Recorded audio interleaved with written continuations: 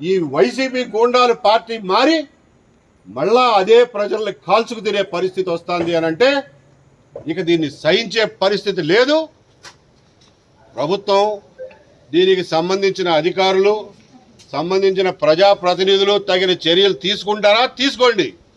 లేకపోతే ఈ వైసీపీ గూండాల మీద మహిళలే చాటలు, చెప్పులు, చీపుళ్ళు పట్టుకుని ఎగబడాల్సి వచ్చే పరిస్థితి వస్తుందని చెప్పి హెచ్చరిస్తున్నాం. కష్టపడి ఎన్నో దుర్మార్గాలను సహించి, ఎంతో అణచివేతను సహించి 5 సంవత్సరాలు ప్రాణాలు ఒగ్గబట్టుకుని కష్టపడి ప్రభుత్వాన్ని మార్చుకుంటే మళ్ళా అదే వైసీపీ గూండాలు పార్టీ మారి ప్రజల మీద స్వైర విహారం చేస్తాంటే, అచ్చోసిన ఆంబోతుల్లాగా మీదకు వస్తాంటే చూస్తూ ఊరుకునే పరిస్థితి లేదని చెప్పి ఒక గ్రామస్తుడిగా ఆమెకు జరిగిన అన్యాయాన్ని చూసి సహించలేక ఈ రోజున మండల ఆఫీస్కి, వెలుగు ఆఫీస్కి వచ్చి దీని గురించి రిప్రజెంటేషన్ చేసి పత్రికాముఖంగా అందరికీ తెలియజేస్తాం.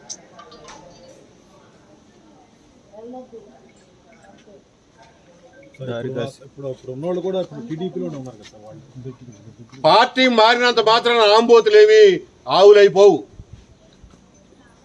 అదే పార్టీ మారి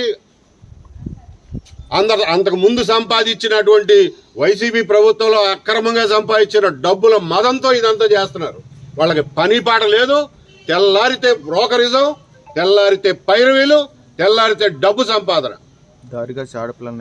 అంతకు మించి ఏ పని లేదు వాళ్ళకి.